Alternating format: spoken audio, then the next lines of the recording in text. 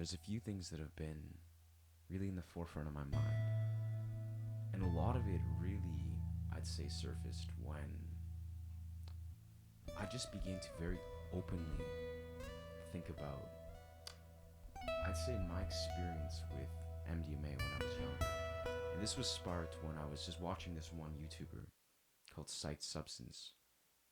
And he essentially was doing an experiment where him and a friend were sitting there and ingesting an MDMA crystal. Now, the experience itself, like the way I feel, he and this girl that he was doing the MDMA with was very natural. It was very reminiscent of what an MDMA experience would exhibit. But a few things in particular really, really brought up a lot for me, really reflecting on where I see myself within my life, my own development journey, and it was like this really like melancholic longing. And I remember this phrase, this sort of starting to a poem that I wrote that really just began with that simple sort of, I'd say, saying of asking myself, at what point have I lost the forest from the trees? Really understanding, like, really what point on my quest to really open my heart to become my highest self and, to become a better expression of myself and to really work through, a lot what I was, I'd say, processing when I was at this phase in my life. And, a little bit of context, as I remember, this was probably about when I was about 15, 16, when I remember first sort of dipping into the rave scene and, experimenting with, I'd say, particular recreational substances. And for some reason, MDMA was one of those ones that really, really profoundly impacted me. And as I recall, there was so many elements of this that I just remember full on. It really just simply allowed me to open my heart. It allowed me to access this feeling of love and openness that really just felt very unconditionally rooted. I felt like I had genuine expressions of love and joy for those around me, and that's a feeling that I probably hadn't felt since I was very young. And even then, it was a very joyous feeling, but this pure awareness that was within this feeling was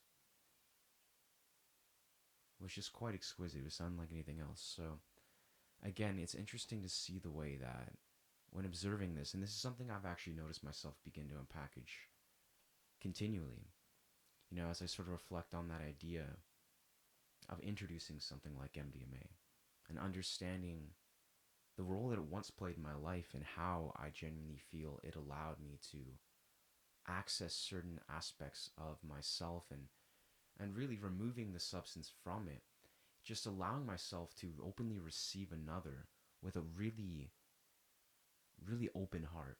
And, obviously this is something that we can certainly access without any chemicals at all.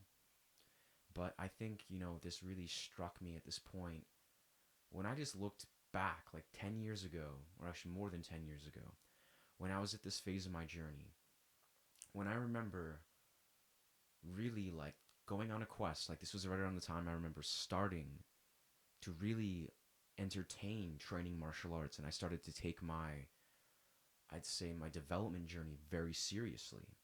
This is the core emphasis where I think I really feel like a lot of this is coming to is, at what point did I take this all so seriously that I lost the forest from the trees? I lost the entire point that, in my quest to try to, I'd say, better myself and open my heart, I feel like it was this continual process of closing off my heart, closing myself off from those I loved and being openly received from those around me.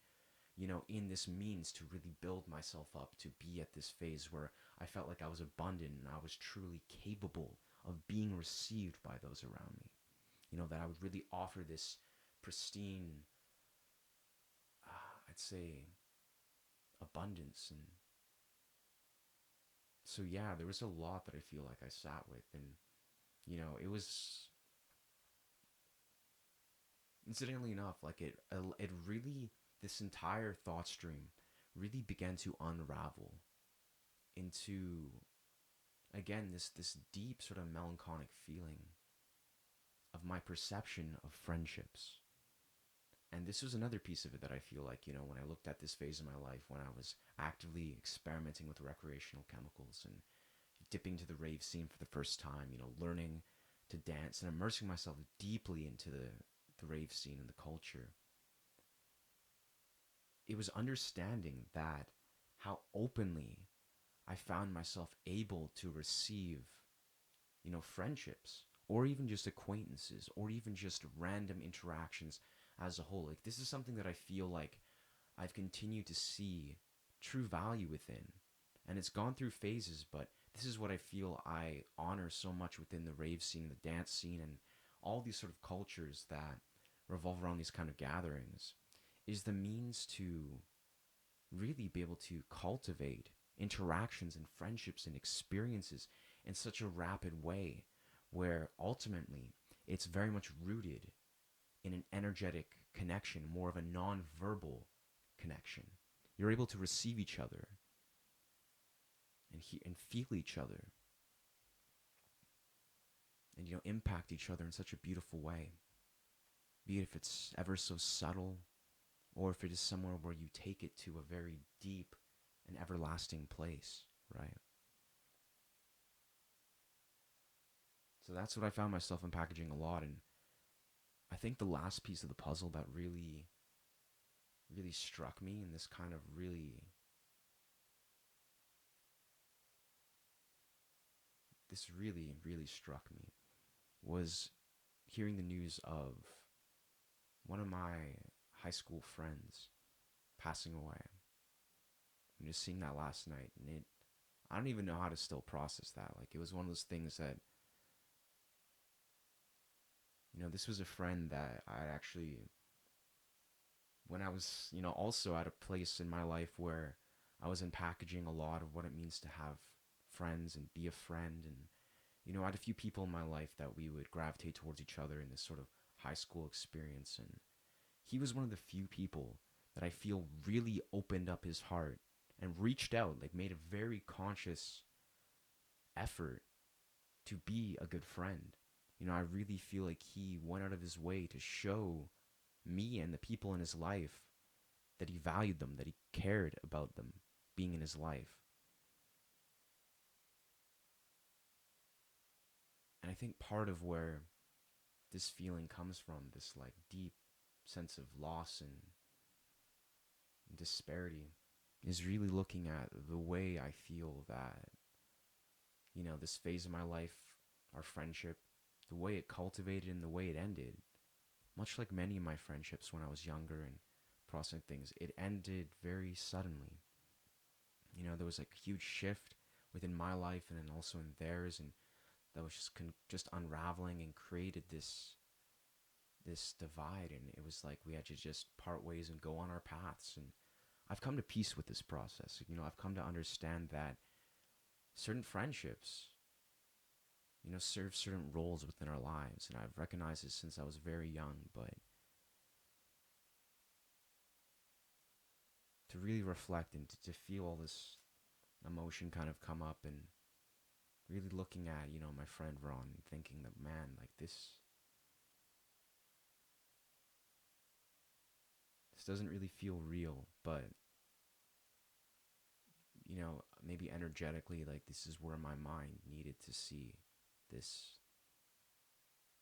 sort of truth, needed to unpackage and process really how these things are all continuing to come full circle, these perspectives and how I perceive friendships, and how in truth I feel I really wish to honor these people in my life.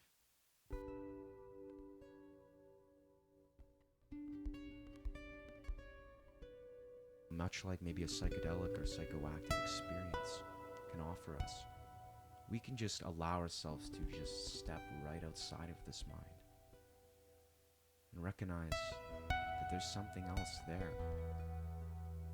You know, this embodiment of love, this warmth, this compassion, you know, just this open-hearted perspective of receiving people and seeing with the heart and feeling with that. And I think this is part why it's so infinitely valuable to really cultivate, you know, friendships and understanding, you know, where we stand within these things. And again, I think as a person who's found myself have a rather complex relationship with friendship, it makes me just sit and recognize, you know, what degree can I just step back and give myself permission to just question it all and be like, all right, maybe we have it all wrong. Maybe part of what our mind has tried to use as a means to cope and to justify just years and years of conditioning. You know, maybe it just never knows what it needs to really feel and know, and it just simply needs to just step outside of the mind and live within the heart, you know, once again. And, you know, maybe this is what I feel the roles that a lot of these psychedelic and psychoactive compounds or chemicals, you know, once played when I was much younger. And maybe on the journey back from that, you know, the journey from discovering that and now trying to rediscover that once again within a different capacity, you know, without the chemicals, without anything. It's really just remembering these lessons, remembering these deep, potent forms of wisdom that my younger self had uncovered, and just listening, and being like, now I remember. Now I remember.